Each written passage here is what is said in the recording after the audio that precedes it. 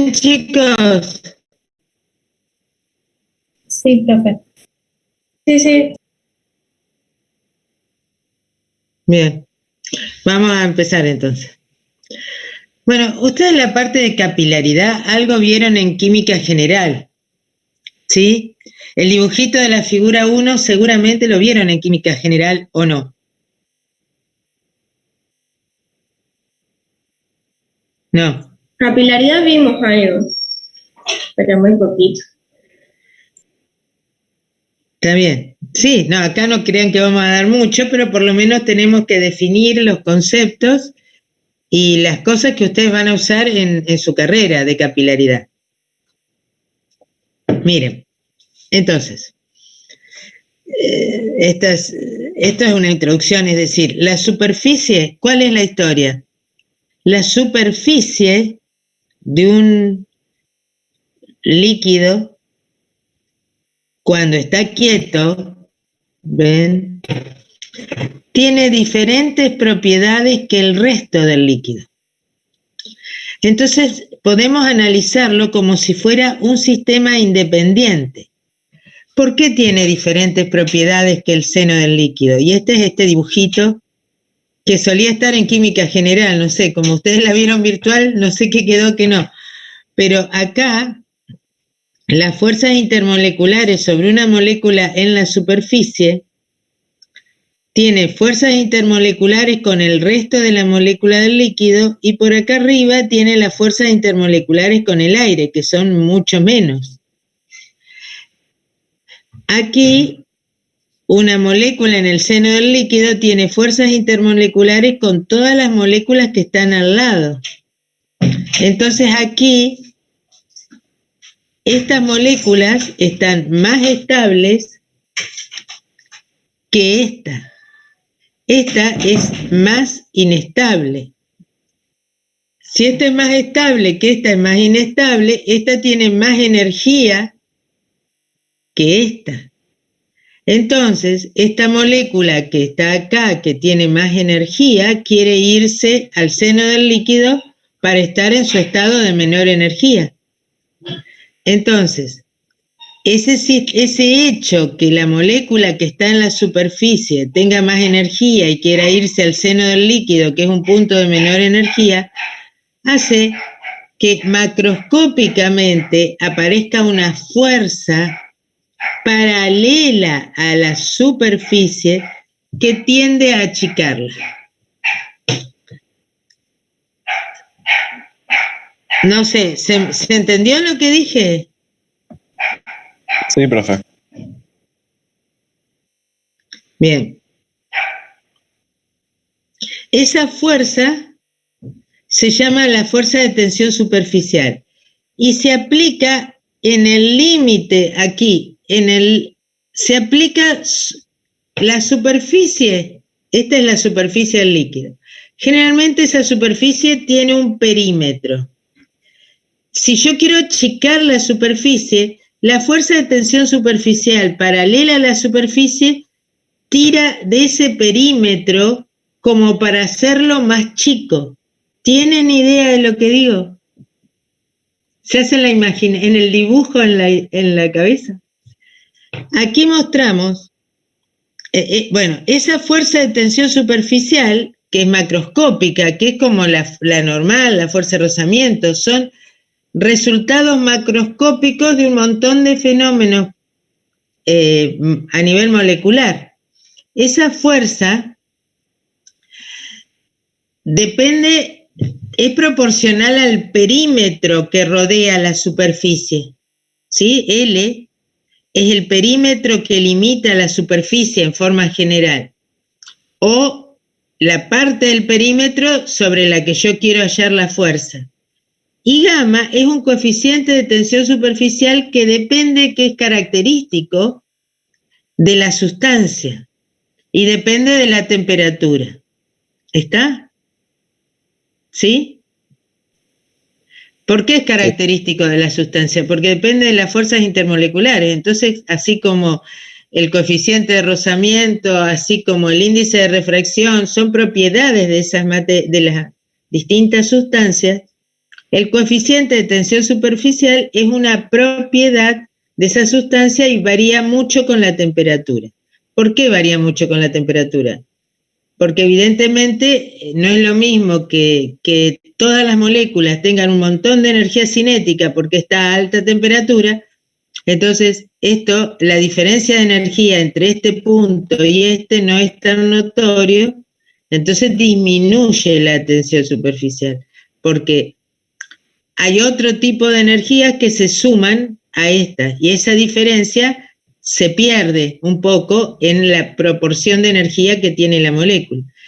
A medida que bajo la temperatura, la energía de las moléculas cinética disminuye y entonces se pone más de manifiesto esta diferencia de energía entre las moléculas que están en la superficie y las que están en el seno del líquido. ¿Se entiende, chicos? ¿Sí o no? Más o menos. ¿No? Bueno, no, a ver, las moléculas en la superficie tienen más energía que las moléculas en el centro. ¿Eso estamos de acuerdo? Sí. Bien, entonces, hay una diferencia que no es, wow, ¿qué diferencia? Es una diferencia de energía que si esto está todo quieto, hace que estas moléculas quieran irse al seno del líquido. Si yo aumento la temperatura, la temperatura es una medida de la energía cinética que tienen las moléculas. Si yo aumento la temperatura, es tanto la molécula del centro del interior como la molécula acá disminuyen, aumentan su energía cinética, aumentan las dos, porque las dos, la temperatura aumenta la energía cinética en todas las moléculas del líquido. Entonces, si yo tengo un término de energía grande, es decir, este tiene una energía debido a la energía cinética más la energía superficial. Este tiene solo la energía, la energía cinética. Pero si la energía cinética es grande, la diferencia de energía entre esta y esta, debido solo a la energía superficial, se pierde un poco al lado de la energía cinética. ¿Lo entienden? ¿O no? Pasa a ser, la diferencia de energía pasa a ser menor. No es lo mismo decir, si yo tengo un vaso de agua, no es lo mismo decir que este tiene, yo tengo un poquito de agua así. No, no es buen ejemplo. A ver. Y profe, ¿no podríamos relacionarlo con que a mayor temperatura las fuerzas intermoleculares van a ser más débiles? Entonces Sí, va a haber menos también las fuerzas intermoleculares van a ser más leves y por lo tanto la energía es una forma distinta de decirlo. ¿Está bien? Las fuerzas intermoleculares van a ser más débiles y entonces la diferencia de energía, esperen un minuto. Ahí está. La diferencia de energía superficial es menor. Está bien, perfecto, es lo mismo. Claro. Es decir, está bien, es una forma de decirlo. Sí, yo lo miraba como el aumento de la energía cinética, pero eso está bien. Ese concepto está bien. O sea que las moléculas en la superficie, a medida que aumenta la temperatura, tienen menos diferencia de energía con el interior que si la temperatura está baja. ¿Estamos? ¿Eso está claro? ¿Sí? Sí. Bien. Bueno, no es relevante eso. ¿Por qué? Que no. Aquí, la fuerza de tensión superficial es el coeficiente de tensión superficial por el perímetro. Pero fíjense yo lo que fabriqué. Esto es como si fuera un aro de alambre, pero un alambre doblado en forma de U. ¿Están de acuerdo? Sí. Ese alambre es rígido. se unen las dos ramas en U, con un alambre, estos aritos permiten que este alambre se deslice guiado por las ramas en U de esta U, de este alambre. ¿Están de acuerdo? ¿Se entiende el dibujo? Sí. Sí. Entonces, la fuerza, yo voy a estudiar la fuerza que se aplica sobre este alambre. ¿Por qué? Porque esa fuerza la puedo medir. Yo con un dinamómetro puedo medir la fuerza con la que este alambre se mueve disminuyendo esta superficie. Si la fuerza de tensión superficial aplicada sobre ese alambre tiende a llevar el alambre hacia la izquierda para disminuir la superficie. ¿Se entiende? ¿Eso se entiende? Sí. Aquí, ¿qué tengo? Yo tengo una película de líquidos. Esa película de líquido es como cuando ustedes tienen un arito para hacer burbujas. Ustedes lo meten en la solución jabonosa, lo sacan y tienen una película de líquido sostenida por el aro de alambre. ¿Están?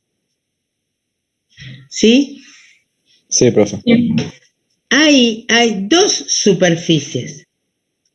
Tengo la superficie de la superior de la película, algunas moléculas de líquido acá dentro en el seno, y tengo la superficie inferior de la película, y entre esos sándwiches, ese sándwich de superficie, hay moléculas que están en el interior. ¿Eso lo entienden también?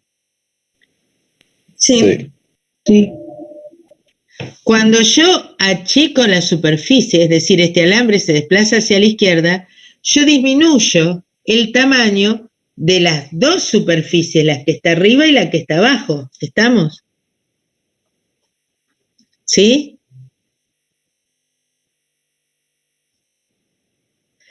¿Sí o no? Sí.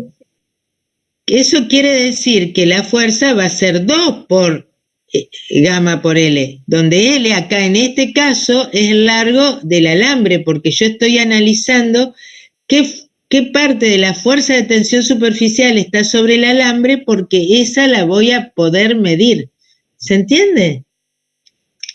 En el laboratorio ustedes tenían unos aritos y medían la tensión superficial de distintos líquidos, midiendo esa fuerza. Acá no, es imposible hacerlo. ¿Estamos? Esa fuerza existe y la vamos a ver. En este caso esa fuerza va a ser 2 gamma por L. ¿Por qué? ¿Por qué es 2? Porque tiene dos superficies, entonces la fuerza aparece para achicar la superficie de arriba y aparece en la parte inferior para achicar la superficie de abajo. ¿Estamos de acuerdo? Por eso es 2 gamma por L.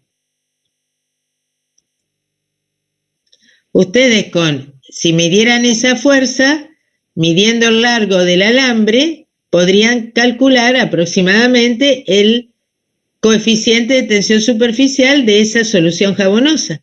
¿Se entiende? Chicos. Profe.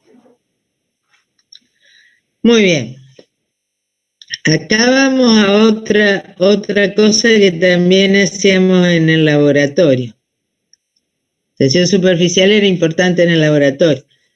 Es como movimiento armónico. Fíjense, yo tengo este experimento también lo hacíamos. Yo tengo un aro de alambre, ese sí es igual que el que ustedes hacen burbujas, o alguna vez hicieron. Tienen lo que está dibujado, esto que está dibujado aquí, es un lazo. Un lazo. Yo me busco un hilo finito, que no pese mucho, un hilo de seda nosotros buscábamos, que es... hacíamos un lacito con ese hilito de seda, así, y lo poníamos muy suavemente arriba de la superficie del líquido. Quedaba así, yo lo ponía, se formaba, o mejor dicho, lo que se hacía era al revés. Yo tenía el aro sin líquido. Yo ataba ese lacito, como está atado ahí, a los bordes lo ponía en la solución jabonosa y lo sacaba. Todo se cubría de solución jabonosa, todo se formaba una película. Entonces, ¿yo qué hacía? Acá, sobre este hilo, es decir, podemos distinguir dos lugares. Uno, olvidémonos que ese hilo está sostenido, pero uno sería entre el lazo y el alambre, y otro lugar sería dentro del lazo, ¿entienden? Hay como dos películas del líquido, porque el hilo cortaba la película del líquido, entonces yo tenía una película de líquido dentro del hilo, acá, y otra película de líquido entre el hilo y el alambre. Profe, ahí es diferente, no porque, o sea, porque el líquido es el mismo, sino, o sea, es diferente porque el material, digamos, es diferente, o sea, como que hay otro borde, por así decirlo. Hay otro borde, es decir, la superficie, tengo dos superficies que están limitadas en forma diferente, porque si ustedes veían, el hilo ocupaba más o menos el ancho del alambre, entonces era como que yo tenía dos límites de la superficie, tenía dos superficies, una entre el aro y el lazo y otra dentro del lazo, ¿se entiende? Si yo rompía la película dentro del lazo, pasaba esto. El lazo inmediatamente se estiraba y quedaba una circunferencia perfecta. ¿Por qué? Porque mientras el lazo está así, tiene fuerzas de tensión superficial hacia el centro, tratando de achicar la superficie de adentro del lazo, pero también el hilo tiene fuerza de tensión superficial hacia el alambre, tratando de achicar esta otra superficie. ¿Se entiende? Cuando yo rompo la película de adentro, desaparecieron las fuerzas que tendían a hacer más chica la superficie de adentro. Entonces, las únicas fuerzas que quedan son las fuerzas que se dirigen hacia el alambre y lo estiran de tal forma que logran el menor perímetro que pueda contener esa superficie, y ese menor perímetro es una circunferencia perfecta. ¿Se entiende? Con mucho cuidado ustedes pueden repetir hay que probar mucho porque la solución jabonosa tiene que ser alguna solución jabonosa que pueda mantener el hilo, porque algunas no se pegan al hilo. Bueno, hay que trabajarlo un poco, pero sale experimentalmente. ¿Lo entendieron? O sea que la fuerza de tensión superficial, lo que quiero mostrarles con estos ejemplos, es que es algo fácilmente, es visible, es decir, macroscópicamente existe como una fuerza. Y lo que quiero aclararles es que esa fuerza no tiene características de fuerza elástica, no es una fuerza elástica, es una fuerza que siempre tiende a achicar. Una fuerza elástica puede comprimirse o achicarse, pero esa fuerza, la fuerza de tensión superficial, siempre tiende a achicar la superficie. ¿Estamos de acuerdo? ¿Sí o no? Nunca llega a un equilibrio. El equilibrio sería cuando la superficie es cero, pero sabemos que siempre si tengo que tener un límite, va a existir el límite porque otras fuerzas la compensan, pero esa fuerza nunca llega al equilibrio como una fuerza elástica. Pero bueno, no importa, después vemos los problemas, vamos a analizar ese concepto. ¿Hasta acá estamos todos de acuerdo? Sí, profe. Sí, sí. Bien, el coeficiente de tensión superficial, o sea, este coeficiente, que depende de la magnitud, por ejemplo, acá les muestra 3 líquidos, hexano, agua y mercurio. Hexano, las interacciones moleculares son de Van der Waals. En agua hay puentes de hidrógeno. Y en el mercurio están ligados por el enlace metálico.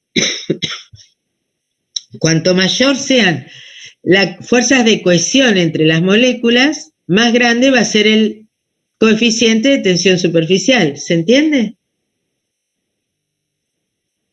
Sí. Sí. ¿Sí o no?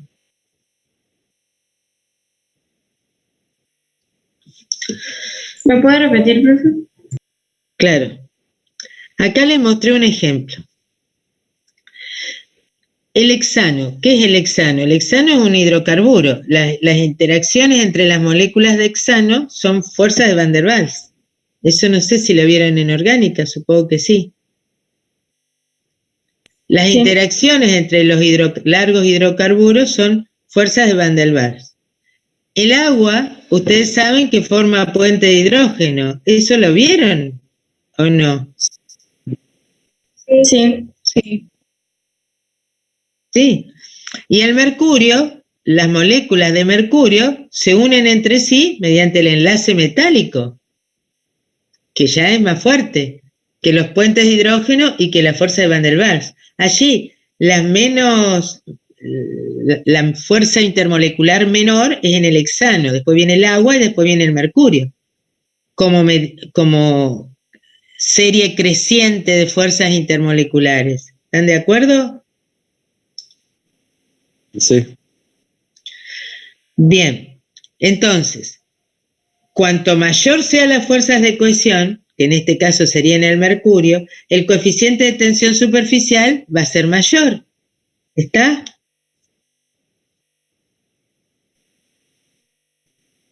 Sí. Sí, muy bien. Tienen unidades de fuerza por unidad de longitud, newton sobre metro. Profe, eso sería como que porque, o sea, cuanta mayor interacción, más resistentes a bajar sería, o no entendí como que conceptualmente Claro, el cuando coeficiente.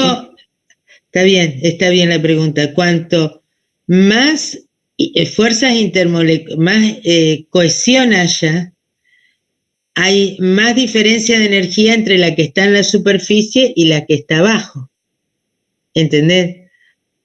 Porque cuando hay más fuerza de cohesión, las fuerzas de cohesión estabilizan la molécula. Claro, Si las cuanto más moléculas estable la están muy molécula, lábiles, o como lo pensaron ustedes, me parece que está bien pensarlo. Si las fuerzas intermoleculares disminuyen, en este caso porque son de diferente naturaleza, antes era de diferente temperatura, ahora son de diferente naturaleza. Si las fuerzas de tensión las fuerzas de cohesión disminuyen, o entre una serie las comparo, las fuerzas intermoleculares disminuyen, entonces la energía superficial también disminuye, es decir,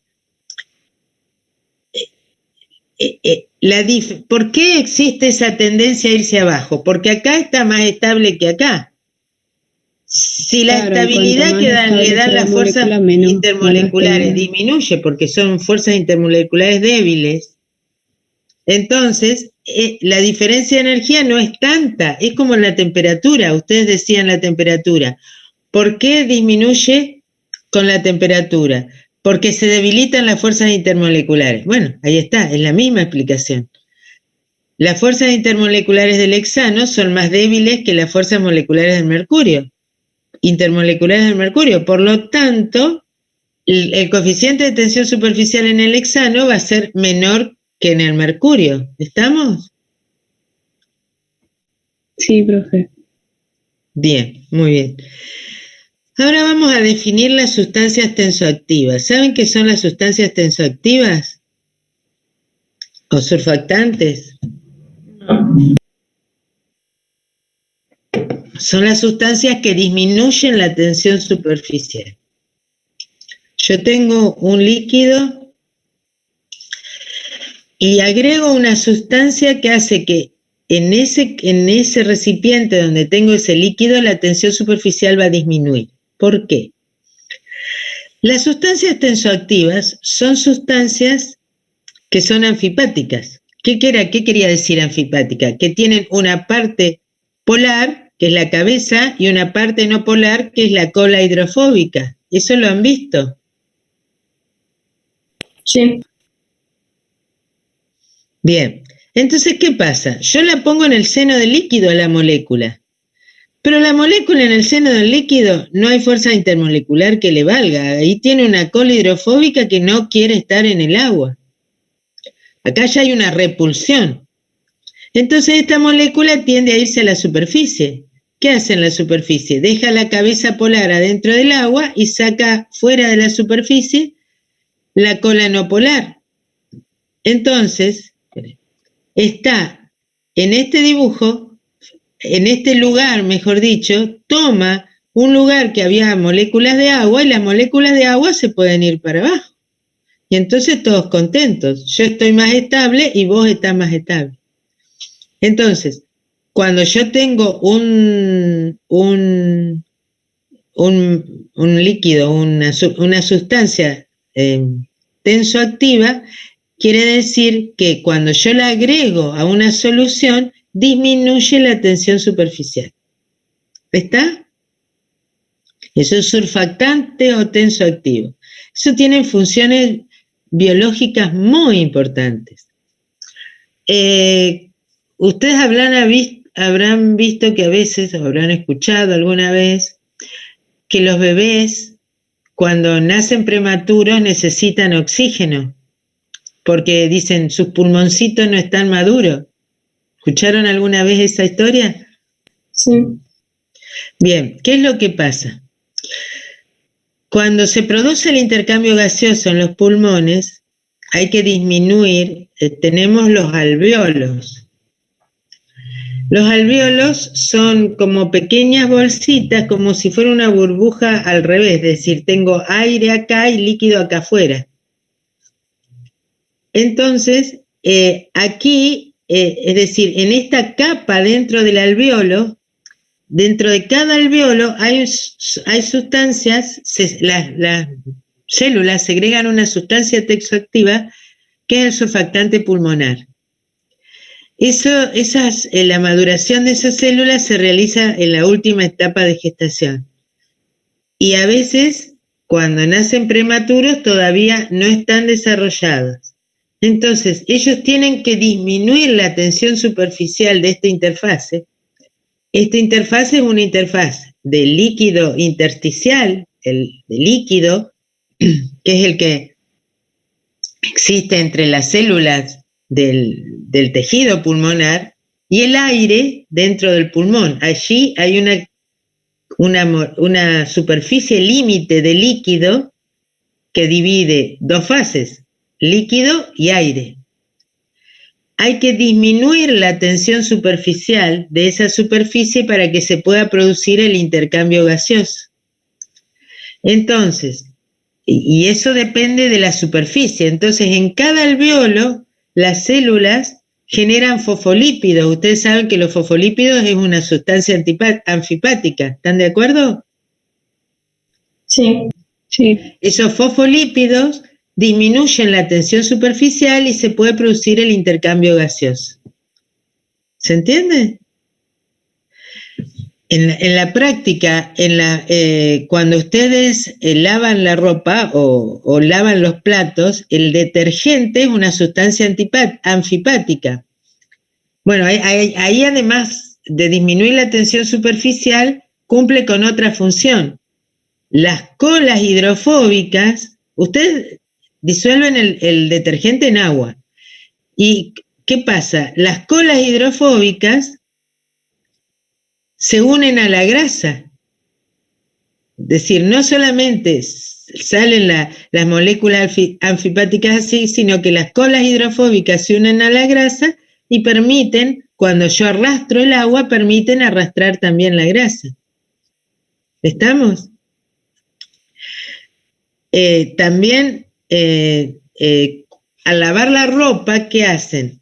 Los pequeños orificios entre las fibras tienen una película que no deja que circule el agua. Con el jabón ese jabón disminuye la tensión superficial de esas pequeñas películas entre las fibras y permite que circule el agua, y así arrastra a la sociedad. O sea que en la vida diaria la fuerza de tensión superficial cumple mucha importancia, es decir, ni hablar de las plantas. Como los vasos que llevan la savia son vasos de muy pequeño diámetro, que ahora lo vamos a ver, se produce ascenso capilar que permite que el agua de las raíces o las sustancias de las raíces lleguen a toda la planta. O sea que el fenómeno de tensión superficial es muy importante para la vida. ¿Estamos? ¿Sí? Sí. Sí. Muy bien. Nosotros vamos a estudiar solamente capilaridad. Es decir, ¿por qué este fenómeno o en qué consiste este fenómeno? Y tratar de explicar por qué se asciende dentro de vasos capilares. ¿Qué son vasos capilares? Vasos que el diámetro de su luz es muy chiquito, ¿sí? ¿Ustedes han visto capilares? No, no han visto nada. ¿Tuvieron algún laboratorio? Por video, sí, profe, lo hemos visto, que son como unos Por tubitos video, está finitos. bien. Ahí los vieron. Muy bien.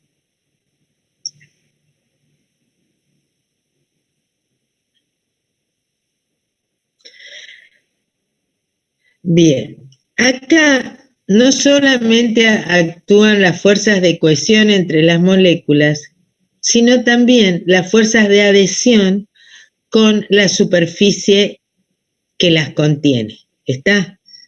Acá habría tres interfaces, digamos. Tenemos acá la superficie del líquido con el gas, pero acá está la superficie del sólido con el gas y acá la superficie del sólido con el líquido. Generalmente aquí, en esta zona, en esta superficie del sólido con el líquido, empiezan a ponerse en juego, además de las fuerzas de cohesión de estas moléculas, las fuerzas de adhesión con las moléculas del vidrio. ¿Se entiende? Sí. Si las fuerzas de adhesión con las moléculas del vidrio son mayores que las de cohesión, entonces aquí se adhiere las moléculas del líquido a la superficie sólida y se produce el fenómeno de ascenso capilar. Se forma un menisco que es cóncavo hacia arriba y que lleva a ascender el líquido dentro del capilar. Eso se mide. ¿Cuánto es más grande las fuerzas de adhesión que las fuerzas de cohesión? Se mide a través de lo que se conoce como el ángulo de contacto. Por favor, fíjense cómo defino el ángulo de contacto. El ángulo de contacto es este. Yo trazo una tangente al menisco en el lugar que toca la pared del tubo. ¿Lo ven? ¿Sí? Sí. Y el ángulo de contacto es el ángulo entre esa recta y la pared del tubo, pero por dentro del líquido. Estamos por dentro del líquido. ¿Está?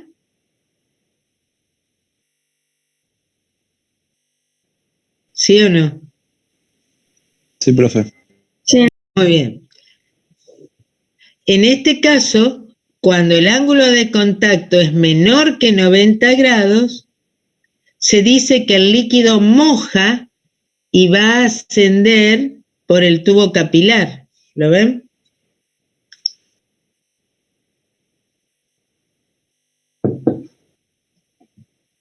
¿Sí? En el caso de que las fuerzas de cohesión sean más grandes que las fuerzas de adhesión, el menisco se va a poner cóncavo hacia abajo, ¿ven? Convexo para arriba, es un menisco convexo, y ese menisco va a disminuir, va a haber descenso capilar. ¿Están de acuerdo? Sí. Cuando eso ocurre, el ángulo de contacto, fíjense con la misma definición, trazo la tangente al menisco en el punto en donde toca en la pared del tubo. Y por dentro del líquido mido el ángulo de contacto. ¿Estamos? Sí, profe. Entonces, un ángulo de contacto menor que 90 indica que el líquido asciende. Y un ángulo de contacto mayor que 90, el líquido desciende. Acá moja y acá no moja las paredes. ¿Está? Sí. Sí, profe. Ese hecho de mojar o no mojar no solo depende del líquido, sino de la pared que lo contiene.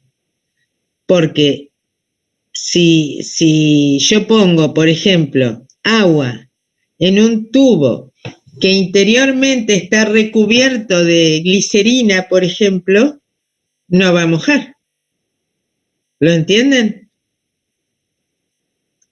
Si yo tomo un tubo capilar, lo sumerjo en glicerina, le pongo glicerina de alguna forma en el interior del tubo capilar que cubra su superficie, y eso lo pongo en agua, el líquido no va a subir, se va a producir un descenso capilar. ¿Por qué? Porque no es lo mismo que las moléculas de agua estén en contacto con las moléculas del vidrio que las moléculas de agua estén en contacto con las moléculas de glicerina. ¿Se entiende? Sí, profe. Bien. Eso, profe, tiene que ver también con las fuerzas intermoleculares. A ver, esperen un segundo que tengo el micrófono muy bajo y casi no las escucho. Esperen que lo aumente. Ahora sí. ¿Cómo? Que si eso de que va a haber ascenso capilar o descenso en el menisco tiene que ver con las fuerzas intermoleculares entre el líquido y el recipiente, ¿sería? Claro, depende del equilibrio entre las fuerzas de cohesión entre las moléculas del líquido y las fuerzas de adhesión entre las moléculas del líquido y las moléculas de la pared del recipiente. ¿Está? Cuando asciende es que son mayores las fuerzas de adhesión de las moléculas del líquido a la pared del recipiente que de cohesión entre ellas. En cambio, cuando desciende, son mayores las fuerzas de cohesión entre las moléculas del recipiente, las fuerzas de cohesión en el seno del líquido que las fuerzas de adhesión entre las moléculas y la pared del recipiente. ¿Está claro? Sí, sí. Muy bien. Ahora vamos a tratar de analizar, como nosotros sabemos en física, ¿por qué pasa eso? ¿Por qué? ¿Dónde están? Es decir, vamos a tratar de analizar macroscópicamente el resultado de esa interacción microscópica. ¿Estamos? Entonces, la manifestación macroscópica de eso es la fuerza de tensión superficial que aparece sobre el perímetro que limita la superficie. ¿Estamos? ¿Sí? Cuando son más grandes, cuando el menisco sube, la fuerza de tensión superficial, es decir, la resultante de todas esas fuerzas de cohesión y adhesión, es una fuerza resultante tangente a la superficie del menisco, ¿ven? Hacia arriba. Esa es la fuerza de tensión superficial que se evidencia. Esa es la fuerza de tensión superficial macroscópica resultante de todas esas interacciones. ¿Estamos?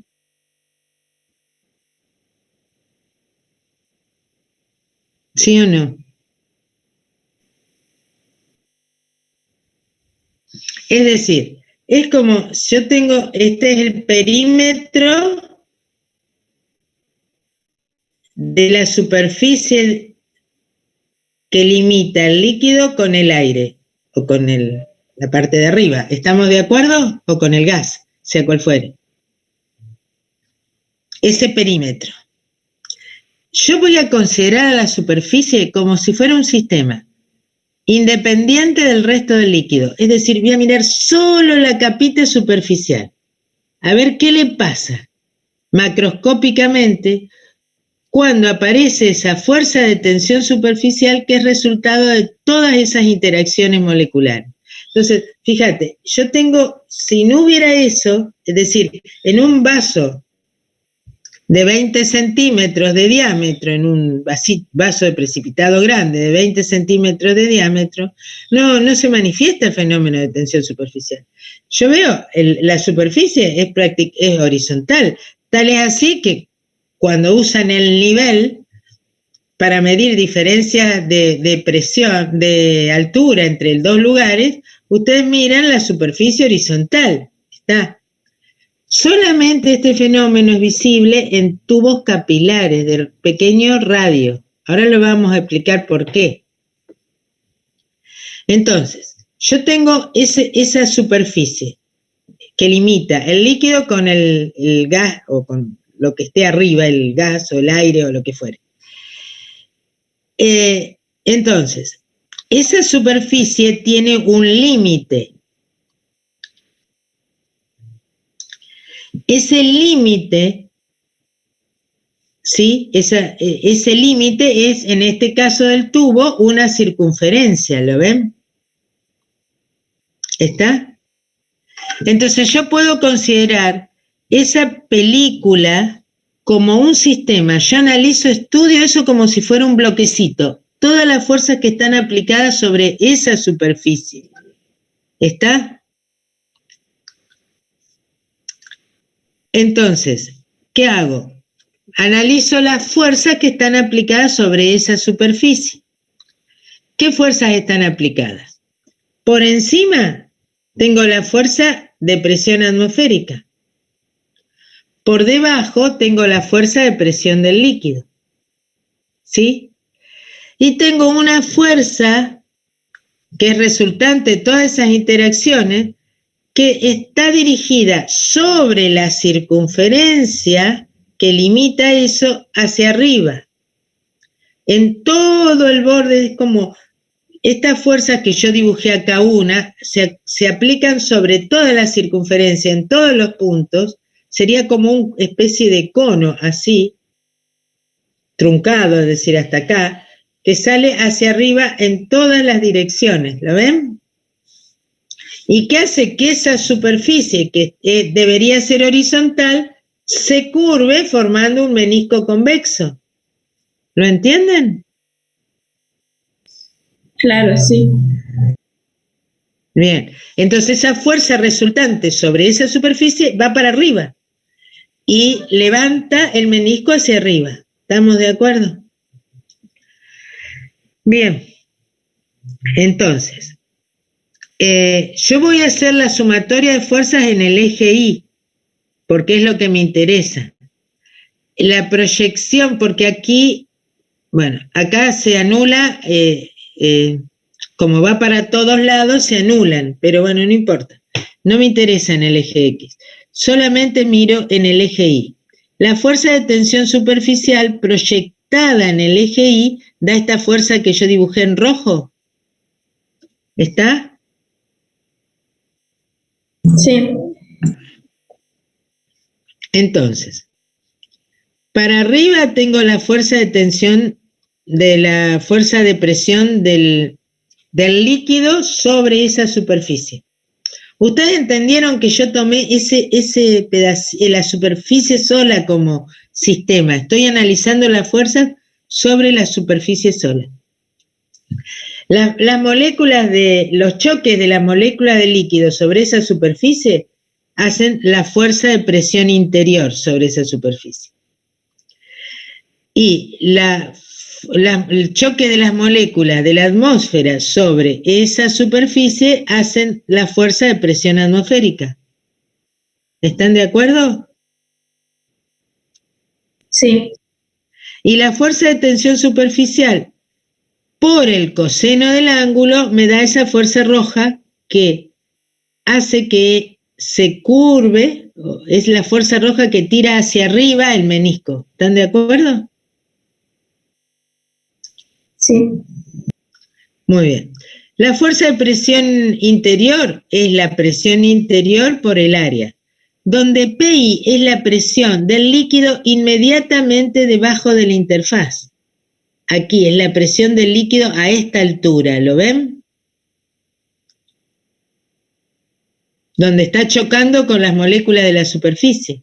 ¿Estamos? En este nivel. Es la presión del líquido en este nivel. ¿Estamos? ¿Se entiende eso?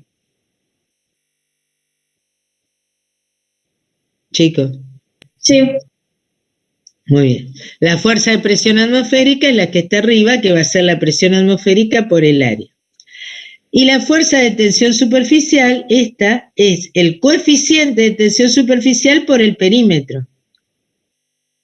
Porque se acuerdan que L, yo les dije que era el perímetro que limitaba la superficie.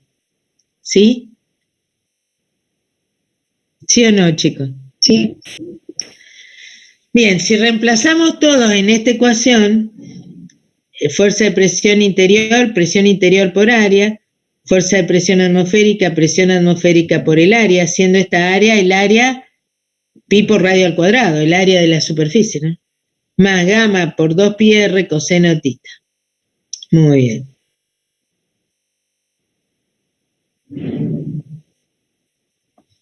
Entonces, reemplacé área por pi por radio al cuadrado, menos 2 gamma pi por radio por coseno de tita. Y esto, fíjense, cancelo acá, el pi lo cancelo. Acá cancelo un R, cancelo otro R, ¿sí? Y cancelo este R. O sea que quedaba un R acá, o si quieren dividimos todo por pi por radio al cuadrado. Si yo divido por pi por radio al cuadrado, divido por pi por radio al cuadrado, acá me quedan directamente las presiones. Y acá, dividiendo por pi por radio al cuadrado, me queda un radio en el denominador. ¿Lo ven? ¿Sí o no? Bueno, entonces, ¿qué pasa? ¿Por qué asciende? Ay, esperen un minuto que no me deja, voy a subir así con la flechita. ¿Qué es lo que me dice eso? Como apareció esta fuerza que tiraba para arriba,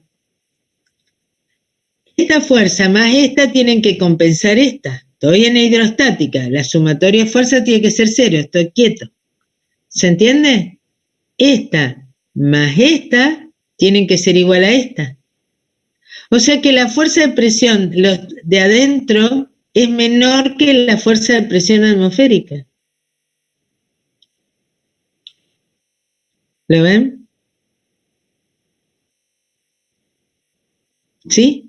Esta fuerza de presión es menor que esta. Eso es lo que me dice esta ecuación, ¿ven?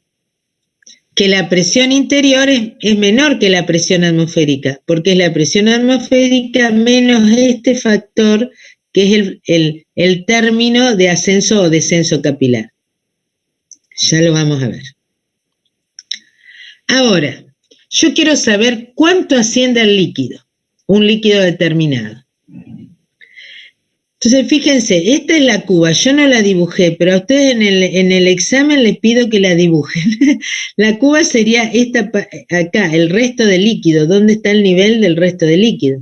Yo pongo un tubo capilar en un vaso de precipitado, o en no sé si lo conocen, un cristalizador. Es un vaso de precipitado petizo, digamos, que no tiene para medir. Que ahí se ponen las sustancias que se evaporan para obtener cristales.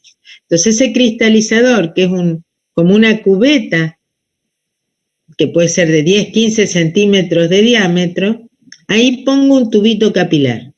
La cubeta tiene un nivel que es prácticamente horizontal. En la cubeta de 10 centímetros, 15 centímetros, no se ve el menisco. A lo mejor en los bordecitos, pero en general el fenómeno de tensión superficial es absolutamente despreciable. En ese caso, si es absolutamente despreciable, no existe esa fuerza que tira para arriba. Entonces, la fuerza de presión atmosférica, acá arriba de la superficie, es igual a la fuerza de presión del líquido, porque la sumatoria de fuerzas es cero. Entonces yo digo que inmediatamente dentro del líquido que está abierto a la atmósfera, yo tengo la presión atmosférica. Cuando yo en hidrostática decía, acá arriba tengo la presión atmosférica y miraba dentro del líquido, es porque el fenómeno de tensión superficial era despreciable en los recipientes en que estaba trabajando. ¿Estamos?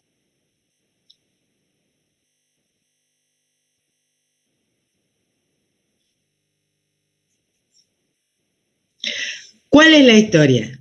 La historia es que si yo tengo una superficie horizontal, la fuerza de presión atmosférica es igual a la fuerza de presión interior del líquido. Entonces yo puedo hacer tranquilamente, yo tengo un vaso con un líquido, decir que la parte inmediatamente debajo de la superficie, la presión del líquido, que lo choque de la molécula, si yo pongo un área ahí, esa fuerza de presión es igual a la fuerza de presión atmosférica. Y entonces yo puedo considerar que ahí está la presión atmosférica, dentro del líquido. Desprecié el efecto de la tensión superficial. ¿Lo ven? Cuando hay tensión superficial, estoy metido dentro de un tubo capilar y estoy analizando la superficie. Yo veo que hay una fuerza que tira para arriba. Entonces la fuerza de presión del líquido más la fuerza que tira para arriba es igual a la fuerza de presión atmosférica. ¿Qué quiere decir? Que la presión atmosférica no es igual a la presión interior del líquido. La presión interior del líquido es más baja. ¿Estamos?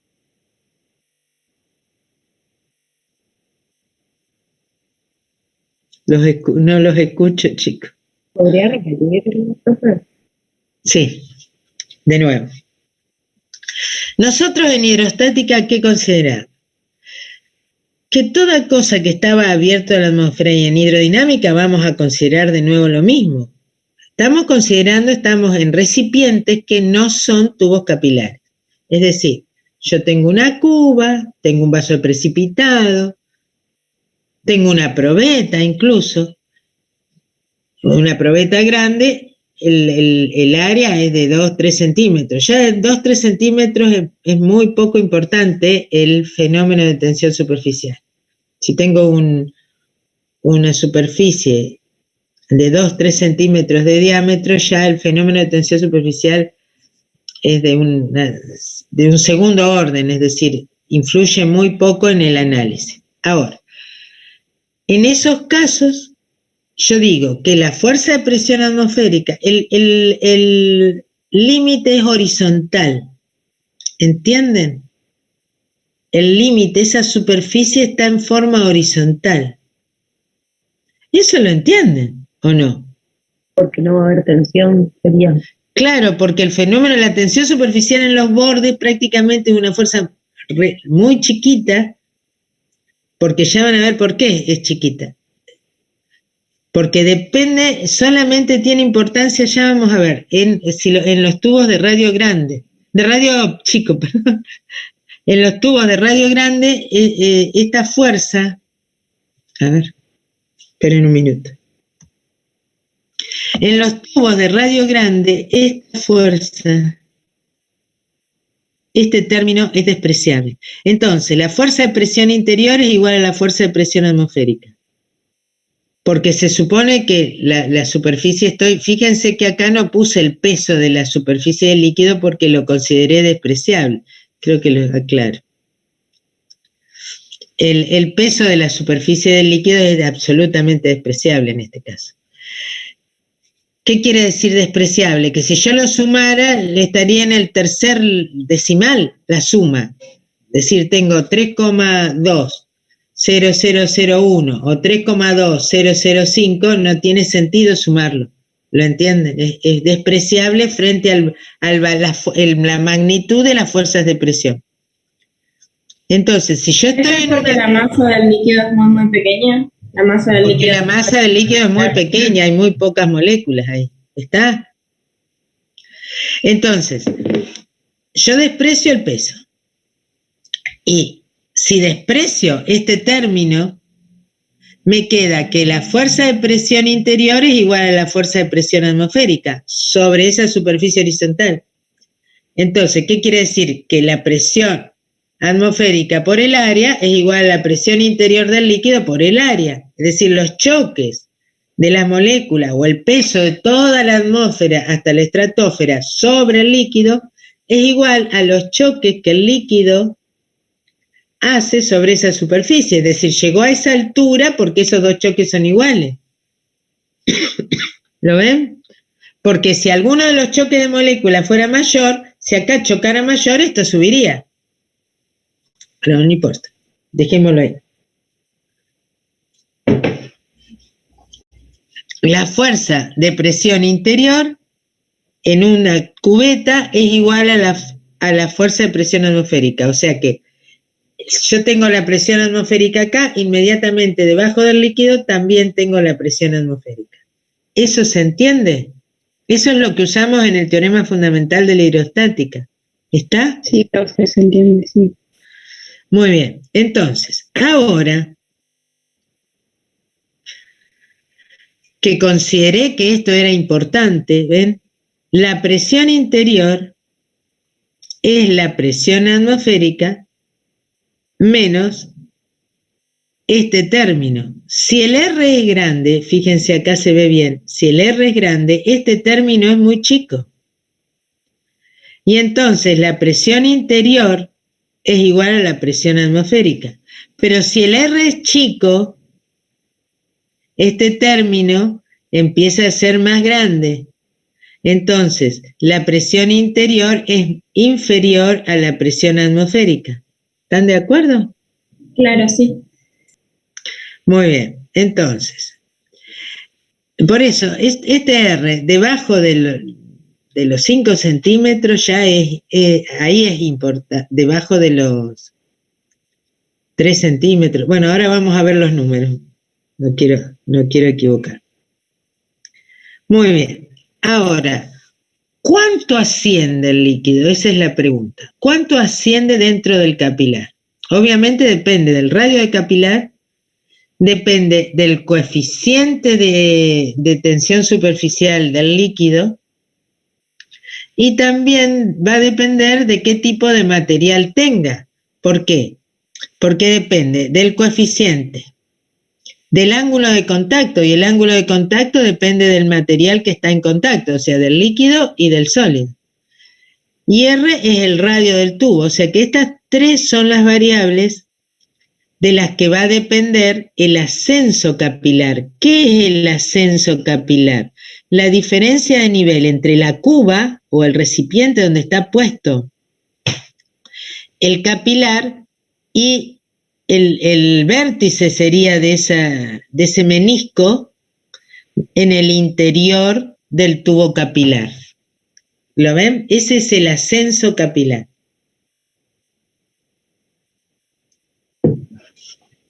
¿Se entiende? ¿Sí o no? Chicos. Sí. Más ¿Puede o menos, repetir, profe. profe? Sí. Ahora, yo hasta que la presión interior a la presión atmosférica menos este término, estamos todos de acuerdo. Sí. Sí. Muy bien. Ahora, esta diferencia de presión es lo que hace ascender el líquido. Quiero ver cuánto asciende el líquido hasta que llegue al equilibrio. Porque yo lo pongo, empieza a ascender hasta que se queda quieto. ¿Cuánto asciende? Ese es el ascenso capilar. ¿Y cómo se mide el ascenso capilar? Como la diferencia de altura entre el nivel de la cubeta y el nivel del menisco en el interior del tubo. ¿Lo ven? Eso sería el ascenso capilar. ¿Está claro?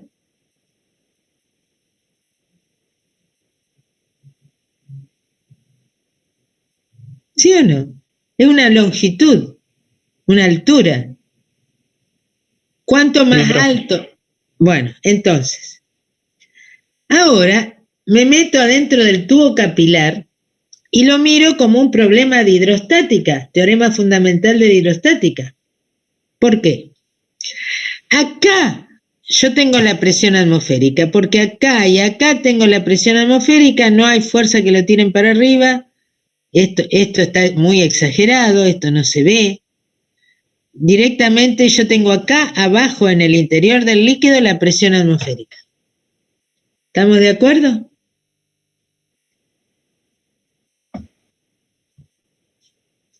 ¿Sí o no? Y como todos los puntos en el interior de un líquido a la misma altura tienen la misma presión, el punto dentro del capilar a la altura del nivel de la cuba tiene la presión atmosférica. ¿Lo ven a eso o no? Sí. Sí, Sí. bien. Entonces, ¿yo qué hago? Aplico el teorema fundamental de la hidrostática. Acá tengo la presión atmosférica. Ahí tenía una presión menor que la atmosférica. ¿Cuánto subió? La diferencia de altura entre esos dos puntos está dado por el teorema fundamental de la hidrostática. La presión abajo es la presión arriba más la densidad del líquido por G por H, siendo H esa diferencia. ¿Lo ven? Sí. Sí, muy bien. Entonces, ¿qué hago? Yo acá, con la ecuación 2, encontré a qué era igual la presión interior, esa presión ahí inmediatamente debajo del menisco. ¿Está?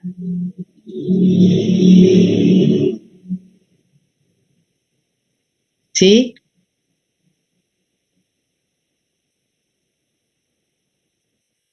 Sí. Entonces, yo reemplazo la presión interior por la ecuación 2, por esto. ¿Lo ven? Escribo presión atmosférica menos 2 gamma por coseno de tita por R más la densidad por G por H. ¿Sí o no? Sí, profe. Y yo quiero despejar H, que quiero saber cuánto ascendió. Entonces paso estas dos cosas sumando del otro lado. La presión restando y este término sumando. Entonces cancelo la presión atmosférica. ¿Ven?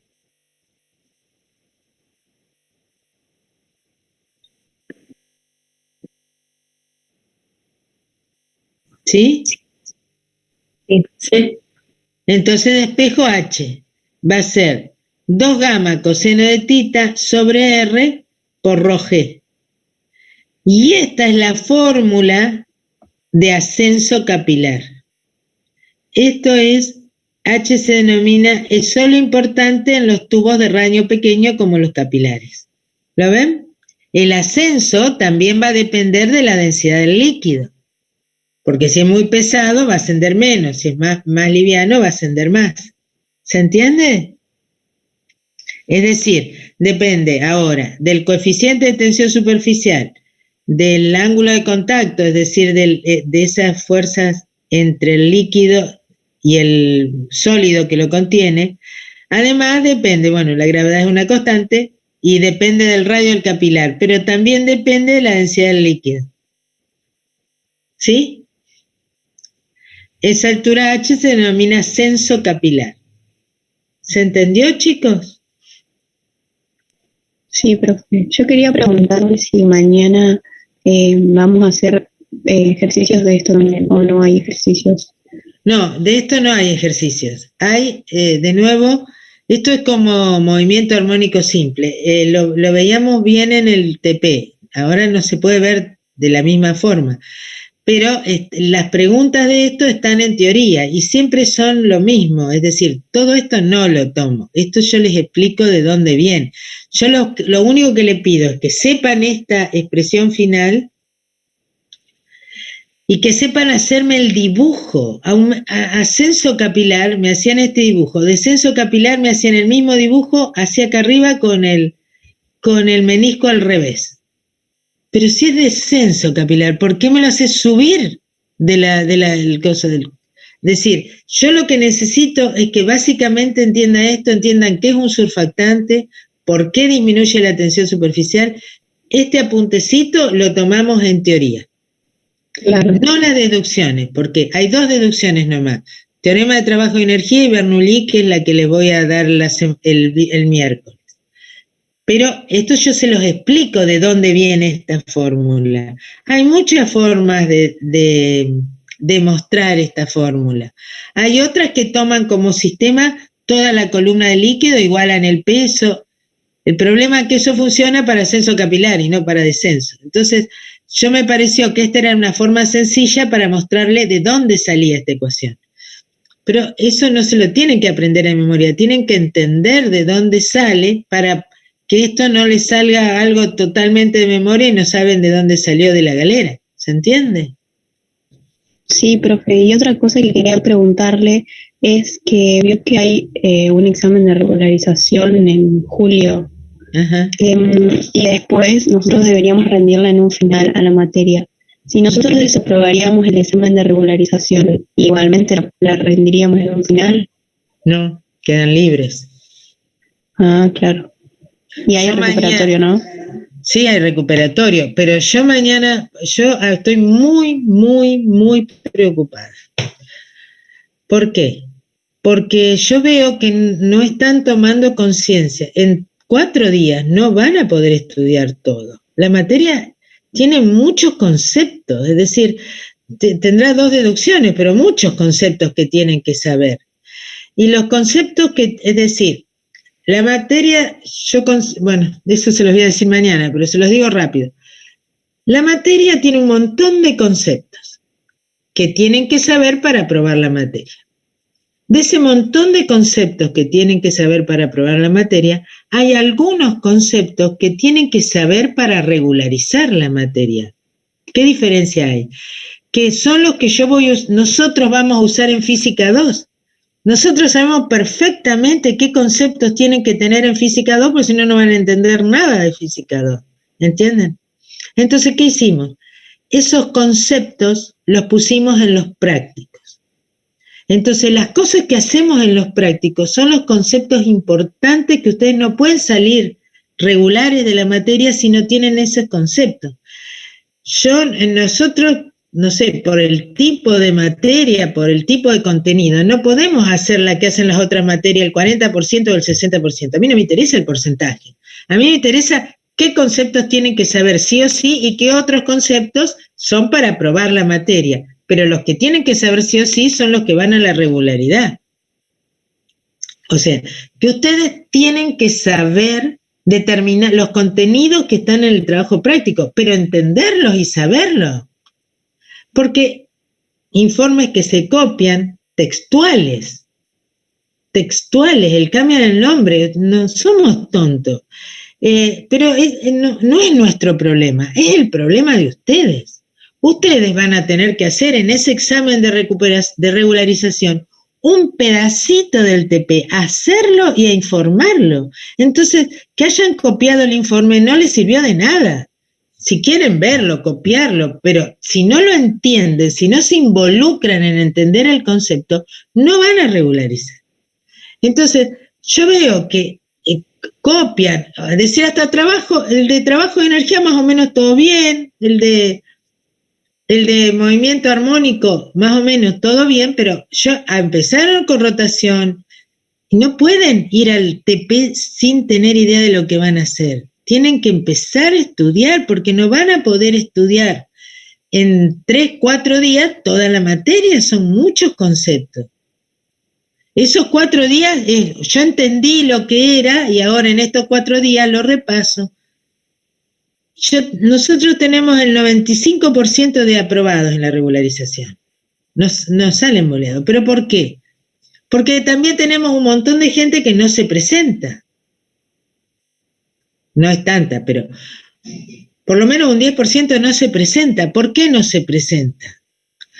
Porque llega al final y ve que no sabe nada. ¿Y qué va a decir cuando el profesor le pregunte?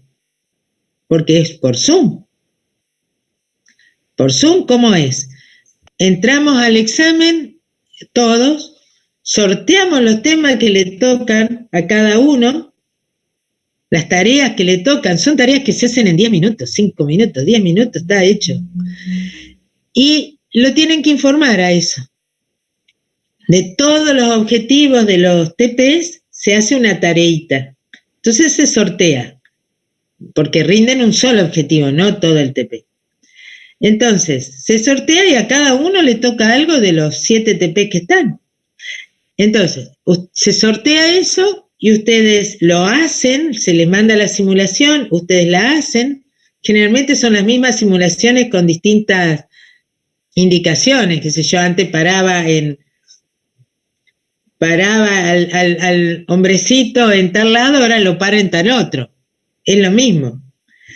Pero lo tienen que explicar. De acá a acá, movimiento uniforme, de acá a acá, rectilíneo acelerado, de acá a acá, va a la izquierda, va a la derecha, eso lo tienen que saber y entender. Entonces, ¿qué pasa? Ven todos los objetivos y en 4 días no los estudian, si no tienen idea de qué se trata la materia.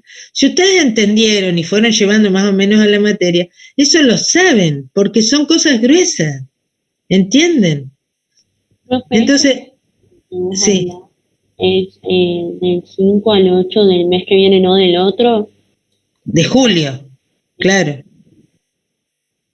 Por eso voy a hablar mañana, porque estamos exactamente en la mitad del sistema, digamos. Tenemos 4 trabajos prácticos hechos y faltan 3. Entonces, no es tanto, pero lo que yo digo es que no tienen que entenderlo y no van a zafar si no se involucran. Esa es mi preocupación. Y hay muchos chicos que estamos viendo que no tienen idea de lo que van a hacer en el práctico. Nosotros en la presencialidad, los jefes de trabajo práctico preguntaban cuál es el objetivo, qué sé yo, y si no lo sabían, le decían, venite al práctico que sigue. Pero eso ahora es imposible hacerlo, porque no podés, o si no, bueno, estudiá y después decime y después empezás a hacer el práctico. Porque no se puede empezar a hacer un práctico si no sabe qué se está esperando, es pérdida de tiempo. Leer la guía, intentar hacer la guía, relacionarla, tienen que leer los apuntecitos, eso depende de cada uno. Si yo les cuento y con eso se acuerdan, bien, si no, vayan a volver a leer de nuevo los apuntecitos y entender lo que está haciendo porque están en relación directa a los conceptos que tienen que aplicar. A mí realmente me está preocupando porque yo veo mucha gente que se ha descolgado. Toda la situación, eso de que empezaron a cursar estudiando matemática, después que muchas cosas ayudaron a que esto fuera un quilombo. Pero bueno, vamos a tratar de reaccionar, tienen un mes y pico, donde no se le pide tanto. Chicos, estos apuntecitos tienen 3, 4 hojas. Me tomé el trabajo el año pasado de hacérselo porque yo veía que no podían leer los capítulos del libro para seguir la materia. No la podían leer, porque tiene mucho más concepto de los que damos. Entonces hice esto, ni lo firmé porque me da vergüenza, porque he hecho copia textual del libro, pero le quería que ustedes tengan un lugar donde ir a leer esto, y con esto ya estamos, pero tienen que leerlo. Ya más de lo que hacemos no podemos hacer, ¿me entienden? Estas cosas tienen que ser, miren, no sé si les va a parecer simpático, pero yo nunca quise los parciales, no quise nunca tomar parciales. ¿Por qué? Porque a mí me parece que el parcial corta, no deja entender la materia, te corta por la mitad, se estudia a media, no se entiende nada, pero se memoriza para poder aprobar los parciales. Yo prefiero que vayan estudiando lo básico, después tranquilos se ponen a estudiar la materia, disfrutándola, porque yo les aseguro que yo la disfruto. Disfrutándola, no con esa presión de que tengo que rendir esto. Bueno, rindan las otras materias si quieren, pero estudien lo mínimo, es lo mínimo que les pido que estudien. ¿Cuánto les lleva a estudiar esto?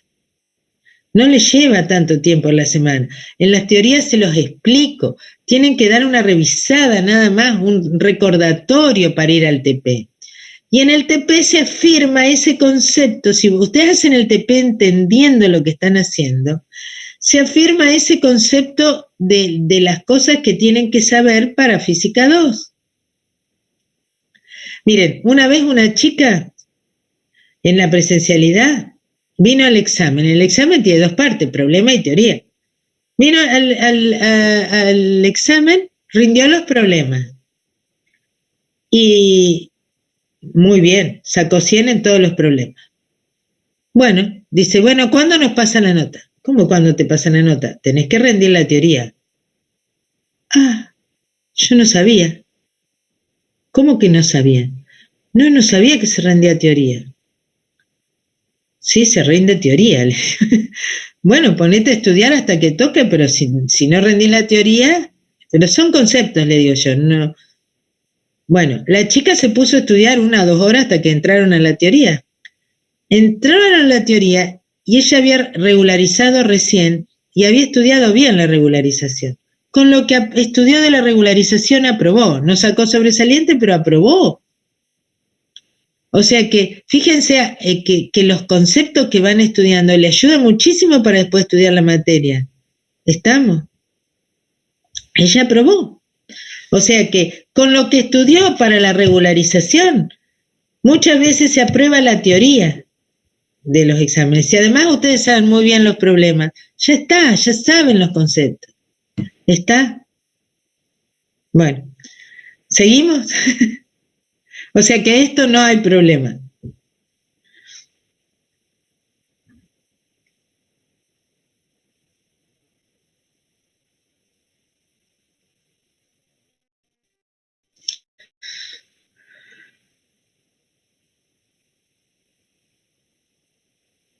Bien, vamos al descenso capilar. Chicos. Sí, profe. Sí. Muy bien. Entonces, descenso capilar es esto, ¿ven? El nivel de la cuba está acá arriba, yo pongo un tubo capilar y adentro del tubo el nivel baja. Esto es descenso capilar. ¿Estamos? ¿Sí o no? Sí. Muy bien. De nuevo, ahora tengo mi menisco convexo. Acá arriba tengo la fuerza de presión atmosférica, acá abajo tengo la fuerza de presión interior del líquido y la fuerza de tensión superficial, el ángulo de contacto, ¿ven? Es este. La fuerza de tensión superficial tira para abajo. ¿Lo ven? ¿Por qué? Porque acá esa fuerza es más importante la cohesión que la adhesión. Y esa fuerza que lo tira para abajo es lo que produce el descenso capilar. Entonces, hacemos de nuevo sumatoria de fuerzas en el eje Y. Profe, ¿Sí? una consulta. Yo lo que no me doy cuenta, porque pensé que lo había entendido, pero medio que me quedó ahí. ¿Cómo tomamos el tita? Porque, por ejemplo, en la imagen anterior se tomaba desde como la partecita de abajo del ángulo y ahora toma desde arriba. ¿Está bien? ¿Cómo considerarlo? No, está bien. Yo no sé hacer dibujos, entonces encuentro el dibujo que está en el libro. Pero en los libros que me aparecen en las imágenes de internet, pero fíjense, en realidad lo que yo le mostré es esto, ¿ves? Este era el tita. ¿Ves mi cursor? Sí, sí. Pero ¿qué pasa? Yo tenía que tomar la tangente al menisco y por adentro del líquido llegar hasta la pared. Fíjense que este ángulo es igual a este, por opuesto por el vértice, ¿lo ves? Ah, claro. Y fíjate que acá no tiene tita de contacto, no tiene escrita la palabra tita de contacto. El tita de contacto en realidad es este. Claro, ¿Se entiende? Bien. Sí, se entiende. Muy bien, pero ¿por qué ponen este? Ahora te explico. El coseno de tita, la fuerza de tensión superficial, yo tengo que proyectarla con este ángulo de acá. ¿Estás de acuerdo? Sería con el suplemento, 180 menos tita de contacto. Ajá. ¿Qué pasa? Es un ángulo del segundo cuadrante, porque es un ángulo, espera, este ángulo es este. El tita de contacto es todo este, si querés, o si lo pongo acá, ves que el ángulo con el que tengo que proyectar sería pi menos tita de contacto, ¿lo ves? Sí. Pi menos tita de contacto sería un ángulo que está dibujado en el segundo cuadrante, ¿sí? ¿Te ubicás? Así está. El tita de contacto es todo esto y esto sería el ángulo. Entonces yo tengo que poner por este coseno, yo no tendría ningún problema en escribirlo por acá. Pero ¿qué pasó? Aquí todo esto, sí, esto, el coseno en el segundo cuadrante es negativo. ¿Sí? Es que, a ver, yo tengo el coseno de este ángulo, si querés, es menos el coseno del tita de contacto. ¿Ahí lo entendés?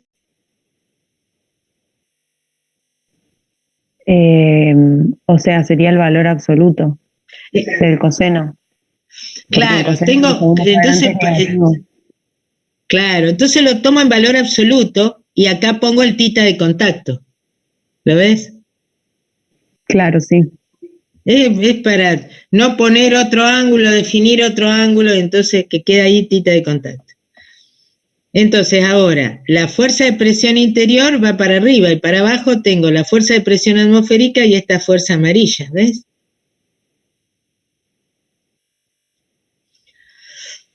La fuerza de presión interior es la presión interior por el área. ¿Estamos de acuerdo? Donde la presión interior es la presión inmediatamente debajo de la película de líquido. La fuerza de presión atmosférica es la presión atmosférica por el área. Y la fuerza de tensión superficial era gamma por el perímetro de la circunferencia. 2pi por L. Profe, lo que determina que la fuerza amarilla vaya para abajo o para arriba en el caso de la roja cuando vimos ascenso, es el ángulo, ¿no? Exacto, es el ángulo. ¿Estamos? Cuando va para abajo tengo descenso, cuando va para arriba tengo ascenso, y eso depende exclusivamente del ángulo. Ahora, cuánto asciende y cuánto desciende es otra cosa, pero que vaya para arriba o que vaya para abajo depende exclusivamente del ángulo. Muy bien. ¿Estamos? Entonces ahora reemplazo el área por pi por radio al cuadrado, divido todo por pi por radio al cuadrado y me queda que ahora la presión en el interior es más grande que la presión atmosférica. ¿Están de acuerdo?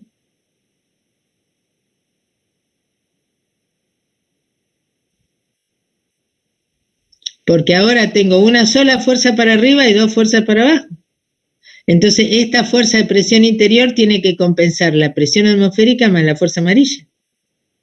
¿Está?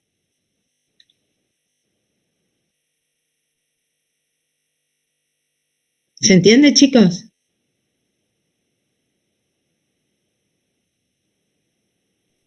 Sí, profe.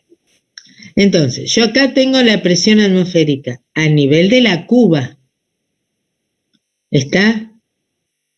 Y acá adentro, acá abajo, tengo la presión interior. Y como todo esto está en un mismo líquido, acá me faltó la parte de la cuba más abajo, ahí, esta altura que descendió el menisco es el descenso capilar. Entonces yo sé que acá tengo la presión interior y que está al mismo nivel en el interior de la cuba. ¿Estamos? Porque dentro de un mismo líquido, a un mismo nivel, los puntos tienen la misma presión. ¿Estamos? Chicos, ¿sí? Sí. Entonces fíjense, la presión interior la reemplazo por la ecuación 5. ¿eh? Presión interior la reemplacé por esa ecuación. Y aquí queda esta expresión. Cancelo presión atmosférica que está en los dos lados y me queda la misma fórmula que hoy, fíjense. Cuando yo despejo H es la misma fórmula. Lo único que cambia es que acá tomo el coseno de tita en valor absoluto. Entonces, ¿esta es la misma fórmula para ascenso o descenso capilar? ¿Sí? ¿Se entendió?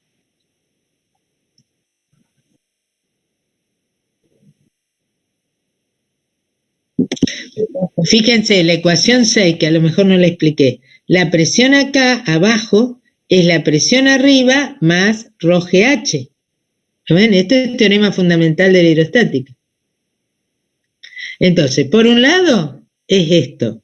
y por el otro lado la presión interior responde al teorema fundamental de hidrostática. Cuando igualo esto, despejo cuánto bajó el menisco y obtengo una ecuación que es igual a la ecuación de ascenso capilar. Nada más que ahora pongo el coseno de tita con valor absoluto.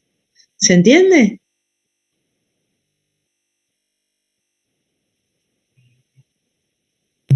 Sí, profe. Muy bien. Muy bien. Seguimos. Ah, ya terminamos. Bueno. Esto ustedes en el práctico, esperen un minuto, vamos a subir por acá. En el práctico, ustedes van a hacer un ascenso y un descenso capilar, un ascenso capilar solo, con distintos diámetros, creo, no me acuerdo ya cómo era. Pero es una simulación muy sencilla, que a medida que el radio crece, el ascenso disminuye. Y van a analizar eso. ¿Está? Y esto es lo que van a ver. Esto básicamente es lo que tomamos en... Tengo que subir los exámenes de teoría para que los vean. Que son lo mismo. Es decir, yo por ahí copio y pego porque no hay mucho que preguntar. ¿Estamos? ¿De esto alguna duda? No. Entonces voy a aprovechar, tengo unos minutos que me quedan. Vamos a empezar a ver en hidrodinámica, conceptualmente, algunas definiciones, para que ya entremos el miércoles directamente en el nudo del tema. Tenemos que dar unas cuantas definiciones porque de hidrodinámica, de fluidos es muy complejo, es un tema muy complejo, es decir, en hídricas tienen una materia, mecánica de fluidos, entera, es toda una materia. Nosotros damos muy poquito, esto es como rotación, nosotros damos el caso cero, bueno, de acá nosotros damos también el caso cero, no nos metemos en mecánica de fluidos, apenas algunas cosas para que a ustedes les queden algunos conceptos para después entender en fisiología la circulación de la sangre, de los tejidos, de todos los líquidos que hay en el organismo, y en biotecnología para poder manejar los bioreactores, ¿está? O sea que lo necesitan estos conceptos básicos. Después los ven mucho mejor. Biotecnología lo ve incluso con una matemática más compleja, pero de todas formas, todos estos conceptos los tienen que tener para las materias superiores. Damos solamente eso, no damos más. Entonces yo tengo que definir en qué rango o las ecuaciones que saquemos, hasta dónde son válidas y hasta dónde no. Pero aún si después no son válidas, a ustedes les da la idea de las variables de que dependen. Tienen el nivel 0 para poder seguir estudiando. ¿Estamos? Bueno, dejo de compartir este apuntecito y voy a buscar el hidrodinámico. ¿Está? Ese lo subí ayer. O lo subió Fernando, mejor dicho.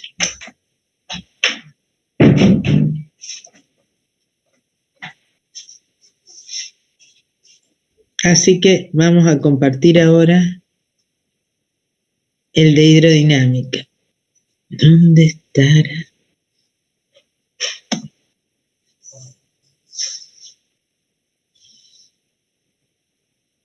No me lo muestra. A ver, espérenme un minuto.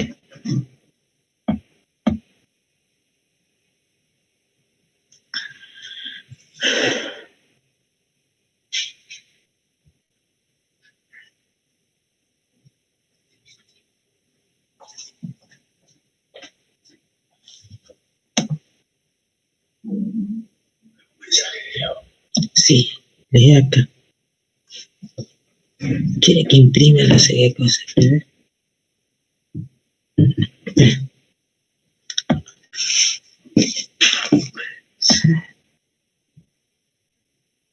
A ver, ahora a ver si me deja. Espérenme un minuto.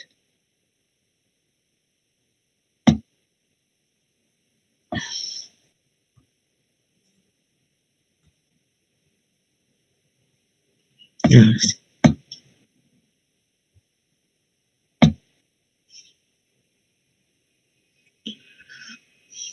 Ahí está. ¿Lo ven, chicos? Sí, profe. Sí, profe. Bien. Bueno, esta parte es lo que les doy. Es decir, esto yo les dije un poco en la clase pasada, pero vamos a revisarlo. Ahora voy a estudiar fluidos en movimiento. ¿Sí? Como les dije, es muy difícil con las leyes de Newton seguir cada partícula de ese sistema. Entonces, lo que analizamos no es cada partícula dentro del sistema, dentro de la cañería, sino que vamos a utilizar o vamos a analizar en esa cañería, defino puntos. En este punto, todas las partículas que pasan por este punto tienen 3 variables a considerar: densidad, velocidad y presión. Con esas 3 variables yo voy a describir cuáles son el movimiento de la partícula cuando pasa por este punto. Ese punto dentro de la cañería. ¿Lo entienden? En lugar de seguir cada molécula con su velocidad, posición y aceleración, ahora no puedo hacerlo eso con un fluido. Tengo muchas moléculas, no sé qué va a pasar. Entonces, ¿qué hago? Me paro en un punto de la cañería. Y en ese punto, en lugar, las 3 variables que tengo que analizar son densidad, velocidad, por la que pasa por ese punto, y velocidad y presión. ¿Qué presión hay en ese punto? Describiendo esas 3 variables, yo puedo saber cuál es el movimiento del fluido dentro de la cañería. ¿Se entendió? O sea que siempre va a ser dentro de la cañería, el movimiento va a ser el mismo. Siempre dentro de la cañería, las moléculas que pasen por ese punto, en determinadas condiciones que ahora vamos a definir, su velocidad, su presión, y eso es el sistema estacionario, que es lo que vamos a estudiar. Pero la idea es que, lo que pasa es que yo en ese punto tengo que definir en un tiempo densidad, velocidad y presión. ¿Qué puede pasar? Puede pasar que esas 3 variables varíen en el tiempo. Entonces tengo un tipo de flujo. Si esas 3 variables se quedan en el tiempo constantes, entonces ese flujo tiene determinadas características. Y ese es el flujo que vamos a estudiar. No vamos a estudiar el que varía en el tiempo, solamente el que es constante, esas 3 propiedades en cada punto. ¿Se entiende? Ahora lo vamos a ver porque estoy hablando en el aire. Pero vamos a relacionarlo con lo que ustedes conocen. Flujo ordenado. Ustedes abren una canilla, poquito, y ustedes ven un chorrito bien ordenado. La abren más y ven un flujo desordenado. ¿Se entiende? ¿Sí? El flujo desordenado es lo que se conoce como flujo turbulento. El flujo ordenado, por ahora lo vamos a llamar flujo no turbulento. Después le vamos a dar más características para definir los flujos laminares. Pero por ahora tenemos flujo turbulento, que es el que es irregular, desordenado, y flujo no turbulento, el que es ordenado, y ustedes ven que se forma perfectamente una caída de agua ordenada. ¿Estamos? Eso es fácil entenderlo, ¿sí o no?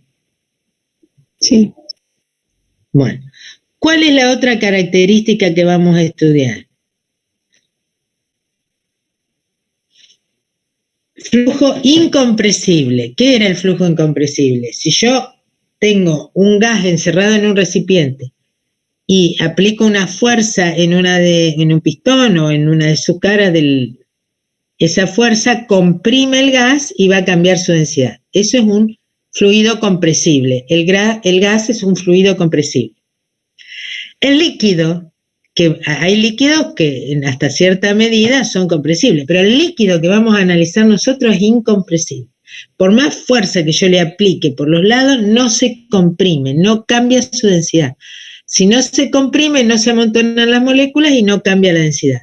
Por lo tanto, siempre vamos a considerar fluidos incompresibles. Cuando yo digo fluidos incompresibles, quiere decir inmediatamente que la densidad se va a mantener constante, siempre. Entonces, fíjense, de las 3 variables que yo miraba en ese punto, ya sé que la densidad no cambia. ¿Me entienden? No va a cambiar en el tiempo. Bien. Después, ¿qué es un fluido viscoso? Acá hay que aclarar perfectamente la diferencia entre viscosidad y densidad. A ver, ¿qué sería un fluido viscoso? ¿Qué les parece a ustedes? O sea, no sé cómo explicarlo, pero como que el espesor, por así decirlo.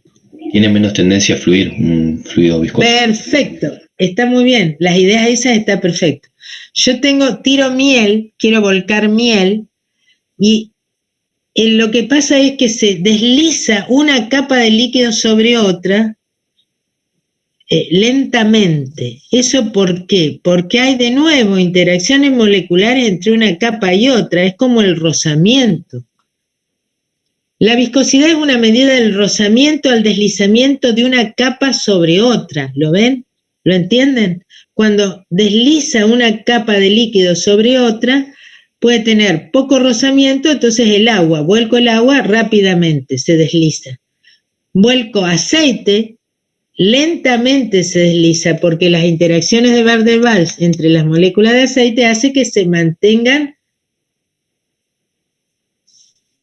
en este deslizamiento, que se mantengan las fuerzas. ¿Se entiende?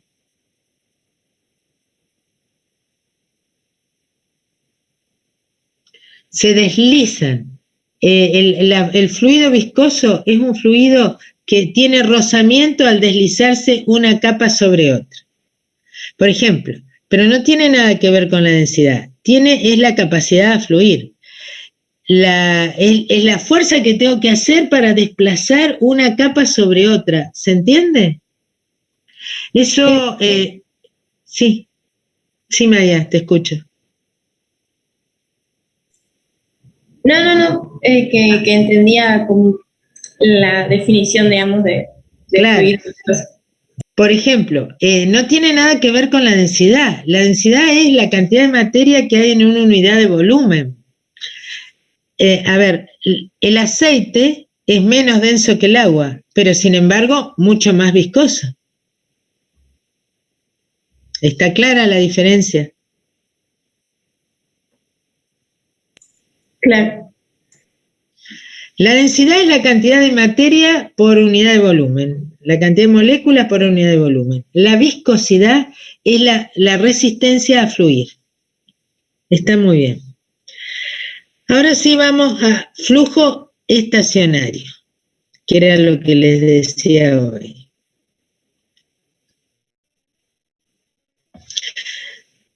El flujo estacionario se produce un flujo estacionario cuando la densidad, la presión y la velocidad del fluido se mantiene constante en el tiempo. Es decir, en ese punto, la presión, la velocidad y la densidad se mantienen constantes en el tiempo, no cambian en el tiempo. Eso es un flujo estacionario.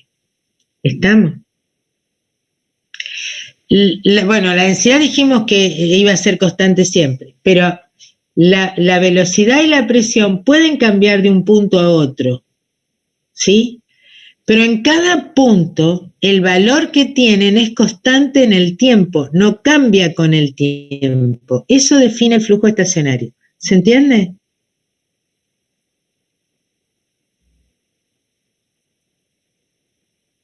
¿Sí o no? Sí, profe. Macroscópicamente, ¿cómo se ve eso? Imagínense, yo conecto una manguera a una canilla. La manguera se empieza a llenar. Mientras se empieza a llenar, el sistema no mantiene eso constante, va cambiando, porque se empieza a llenar el agua. Donde no había agua, después va a haber agua.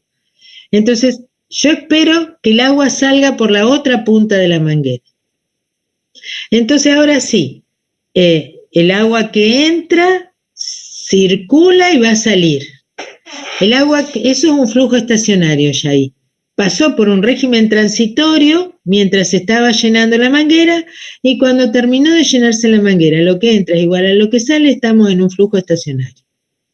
Cuando toda el agua que entra es la misma que toda el agua que sale. Eso significa que en cada punto la presión, la velocidad y la densidad, bueno, van a permanecer constantes, ya no van a cambiar en el tiempo, hasta que nos cierre la canilla, obviamente. ¿Estamos?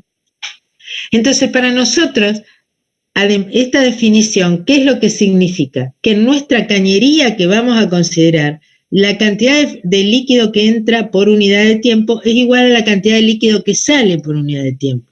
Si eso pasa, yo me garantizo que la velocidad y la presión es la misma en todos los puntos. No es la misma en todos los puntos, perdón. La velocidad y la presión en cada punto se mantiene constante en el tiempo. No quiere decir que sea la misma en todos los puntos, sino que se mantiene constante en el tiempo. ¿Se entendió? En ese punto, profe, que usted se está fijando, sería que se mantiene constante. Exacto, en ese punto no cambian en el tiempo. En este otro punto tampoco cambian en el tiempo. Entonces puedo definir el flujo estacionario. ¿Está? El flujo turbulento no es un flujo estacionario. Claro, o sea que, por ejemplo, con el ejemplo de la manguera no podríamos definirlo hasta que no salga toda el agua por el otro lado, sería. Exacto. ¿Se entiende? ¿Sí? Bien, sigamos en las definiciones. Líneas de corriente y tubo de flujo. Bien, entonces escuchen lo que dice. La trayectoria de una partícula de fluido es el lugar geométrico de todos los puntos por los que va a pasar la partícula a lo largo del tiempo. ¿Está? Esa es la trayectoria que sigue una partícula de fluido. ¿Están de acuerdo?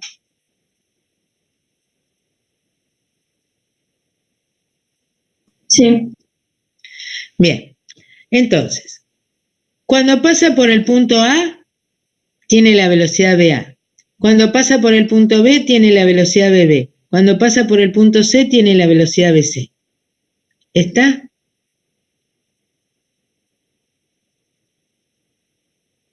Dice, dado que el flujo es estacionario, la velocidad en un punto es constante en el tiempo. Cada partícula que pase por A tendrá la velocidad BA. Y lo mismo ocurre en los demás puntos de la trayectoria, ¿entienden? Cada partícula que pase por A tendrá BA. Cuando esté en B va a tener BB y cuando esté en C va a tener BC. ¿Se entiende eso? Porque las velocidades en los puntos no cambian. Entonces todas las partículas que pasen en el punto por BA, por el punto A van a tener la velocidad BA. Cuando pase por el punto B va a tener la velocidad BB y cuando pase por el punto C la velocidad BC. Todas las partículas que pasen por esos puntos van a tener esas velocidades. ¿Se entiende hasta ahí? No escucho, chicos. ¿Lo puede repetir, profe? Sí.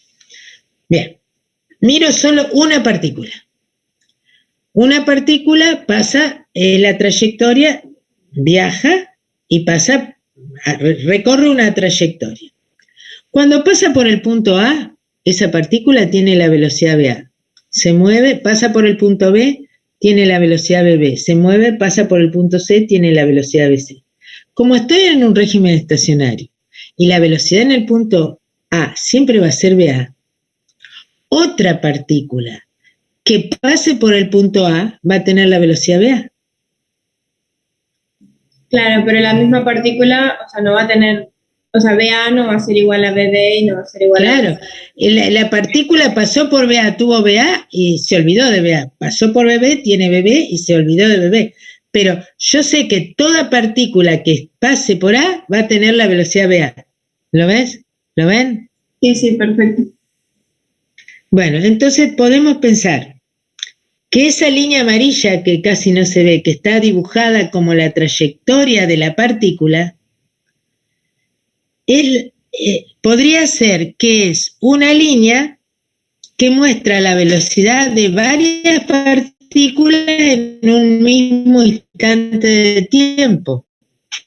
Es decir, yo saco una foto, tengo una partícula que pasa por A, tiene A. Tengo otra partícula que pasa por B, tiene BB. Y tengo otra partícula que pasa por C, tengo BC. Entonces esa línea puede estar formada por un conjunto de partículas que en un instante están pasando por ese lugar. ¿Está? Sí, profe. Muy bien. Entonces, esta línea imaginaria, esto se llama línea de corriente. Es una línea imaginaria que en cada punto es tangente a la velocidad de la partícula del fluido en ese punto. Las líneas de corriente están fijas y coinciden con las trayectorias de las partículas si el flujo es estacionario. ¿Lo entienden?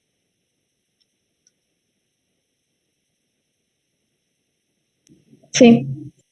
Entonces, un conjunto de esas líneas de corriente, qué sé yo, muchas líneas de corriente por todo el tubo, forma un tubo de flujo. ¿Por qué tubo de flujo? Y no estoy hablando de cañería.